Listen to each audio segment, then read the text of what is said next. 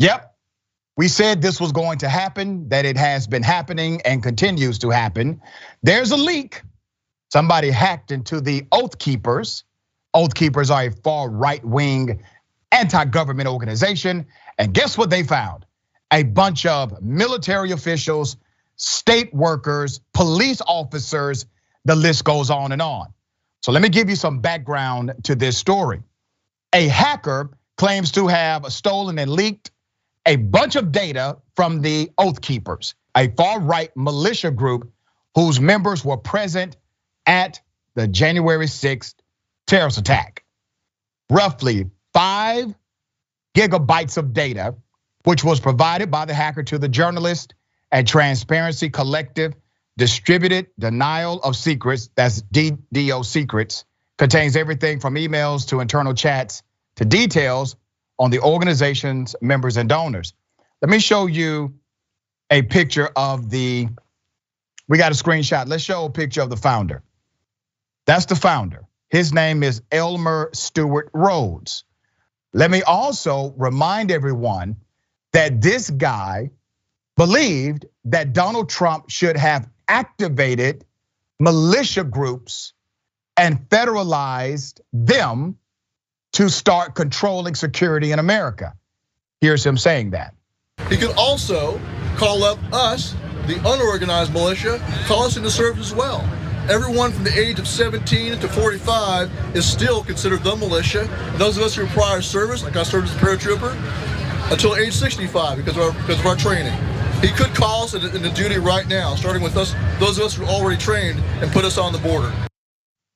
So this guy believes that the armed militia should actually be federalized by the President of the United States, then President Donald Trump. Now remember, this leak has exposed connections between current military officials, police officers, other members of government throughout the United States, even some federal workers, okay? Now, this is directly from oathkeepers.org. It says current and formerly serving military, police, and first responders who pledge to fulfill the oath all military and police take to defend the Constitution against all enemies, foreign and domestic. The oath mandated by Article 6 of the Constitution itself is to the Constitution, not to the politicians, and oath keepers declare that they will not obey unconstitutional orders, such as orders to disarm the American people, to conduct warrantless searches, or detain Americans as enemy combatants. That's right on their website. More than 10,000 emails, I want that number to sink in. More than 10,000 emails from the inboxes of high-profile members, including state chapter leaders, were also found in the breach, with dates ranging from January 13th to September 19th. A membership list for the organization contains more than 38,000 email addresses, although it's unclear which are linked to current and former members. The email addresses in some instances are also tied to names, physical addresses, phone numbers, IP addresses, and donation amounts made to the militia. Official US military email addresses are also littered throughout the breach. The FBI describes the Oath Keepers as a paramilitary organization and a large but loosely organized collection of militia who believed that the federal government has been co-opted by a shadowy conspiracy.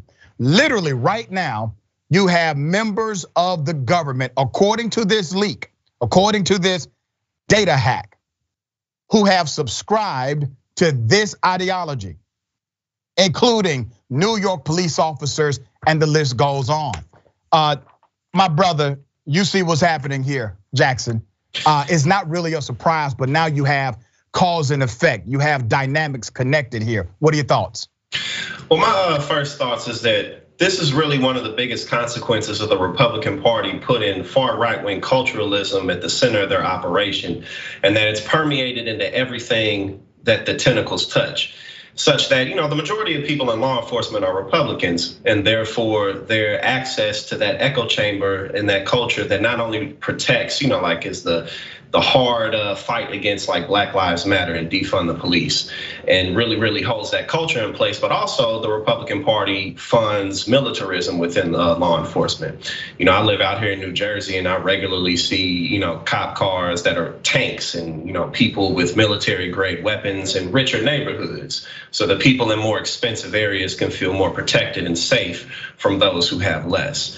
And so, they're finding people who are members of the Oath Keepers within NYC. But again, because the Republican Party's cultural influence is so powerful, this is, people who may not be members of the Oath Keepers, but the people who are, cut from the same cloth all the same, are, spread all throughout the ranks all over the country. And so, really another thing, lastly, that pointed out to me, the whole anti-government, that really for them just means anti-democracy and anti-competition. That's really all that means.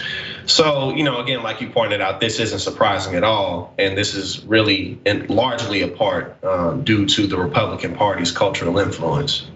Very well said, brother.